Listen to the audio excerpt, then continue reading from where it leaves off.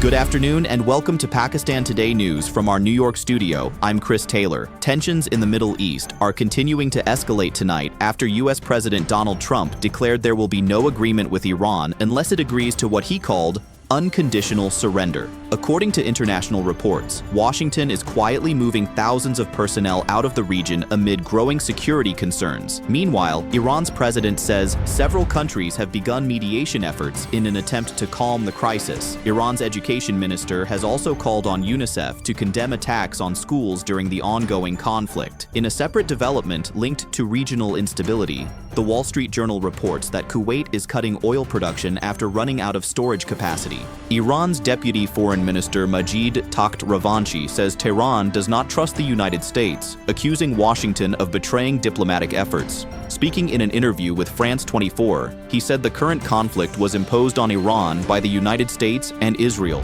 The senior diplomat claimed Iran had been negotiating in good faith before Washington shifted its position. He added that Tehran's recent actions should be viewed as defensive measures in response to escalating tensions in the region, according to Al Jazeera. The United States has also issued a fresh security warning for Iraq. Officials say Iran-linked fighters may target hotels in Iraqi Kurdistan that are frequently visited by foreigners. According to AFP, the U.S. Embassy in Baghdad has urged American citizens to leave the region as soon as it is safe to do so. The embassy also advised those who remain to reconsider their accommodation due to potential security threats. The warning comes as tensions rise amid concerns about Iran-backed groups operating in the area. We can now bring in our correspondent James Wood, who is following diplomatic reaction from London. James, what is the response there? Diplomatic circles in London say the situation is being watched with growing concern. British officials are closely coordinating with European allies while urging restraint from all sides.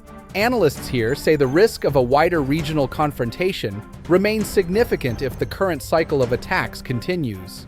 There are also renewed calls from several European governments for immediate de-escalation and a return to negotiations. For now, however, diplomats warn that the path back to dialogue appears increasingly uncertain. Our thanks to James Wood in London for that update. Elsewhere, Azerbaijan says it has foiled several alleged Iranian-backed terrorist plots on its territory. According to AFP, authorities claim the operations were organized by Iran's Islamic Revolutionary Guard Corps. Azerbaijan's State Security Service says it successfully prevented multiple planned attacks and intelligence activities linked to the group. Officials also confirmed that 7 Azerbaijani nationals were arrested during the operation. The announcement follows accusations by Baku that Iranian drones were launched at an airport and a school in a border region just a day earlier. At the White House, Press Secretary Caroline Leavitt says the United States is reviewing potential candidates to lead Iran in the future. The statement follows President Trump's suggestion that Washington should play a role in selecting the country's next leadership. Speaking to reporters, Leavitt said intelligence agencies are assessing several possibilities but declined to provide further details.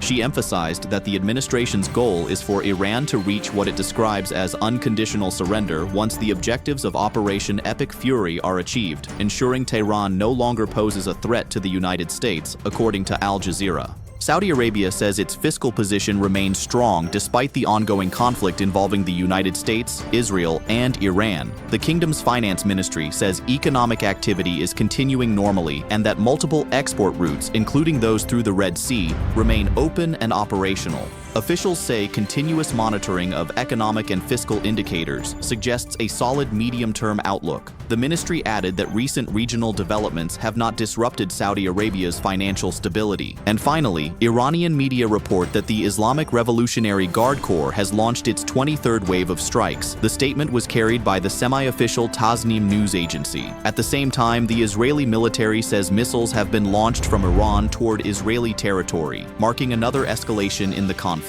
Officials on both sides are warning that further retaliatory measures may follow as tensions continue to intensify across the region. That's all for now. You're watching Pakistan Today News. I'm Chris Taylor.